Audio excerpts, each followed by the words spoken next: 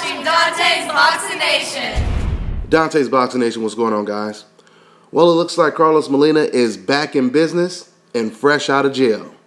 Matter of fact, he already has a fight lined up. The IBF has ordered him to fight against #1 contender Cornelius Bundrage, K9.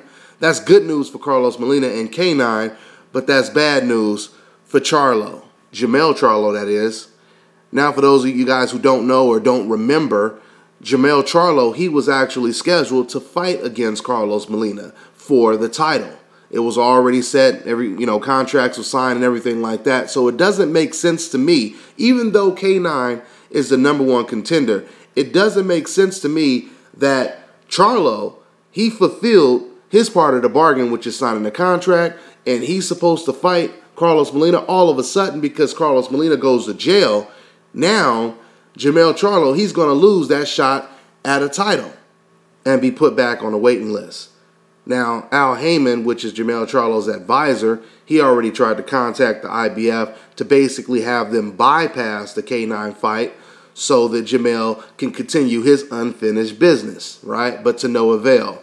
So it looks like we're going to get Carlos Molina against K9. I think that's a good fight. It is a very competitive fight, but definitely Molina has a better chance beating K9 than he does beating Jermell Charlo. I guess what it really comes down to is how much the referee is going to allow Molina to do what he does best, and that is clinch and grab. You know, the only positive or good thing about Carlos Molina doing all the clinching and grabbing that he does is he basically proves my point when I tell you guys that the truth is fighters will do whatever it takes to win. They don't give a damn about entertaining, the crowd and all that kind of shit. Ain't nobody trying to purposely get punched in the face so that they can make sure that the spectators and the fans enjoy themselves. That is a falsehood.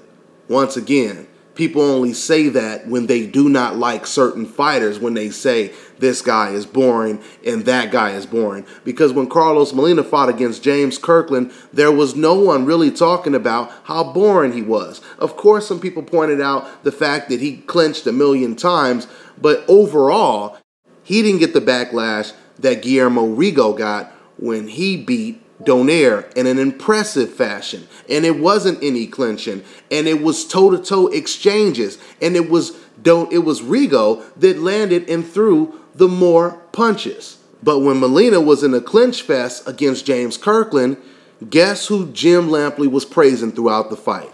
He was praising Carlos Molina. Okay? So we already know what time it is. So anyway, the winner of this fight may depend on what type of referee shows up. If there's a referee that allows Carlos Molina to do all the clinching and punching, then it may be an easy fight for Carlos Molina.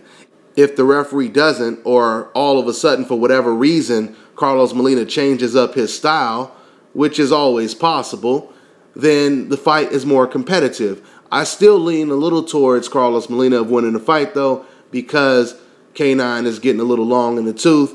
He's getting a little older, and K9 is a good fighter. He doesn't get too much credit, but he's one of those fighters that relies on nothing but the right hand, kind of like Randall Bailey. That's all he wants to land is that big right hand. So if he doesn't land that right hand, you could probably lean towards Carlos Molina to win this fight. And then hopefully after that, we do get the Molina versus Jermell Charlo fight that is now long overdue. So that's pretty much all I got on this one, guys. I'm on to the next one.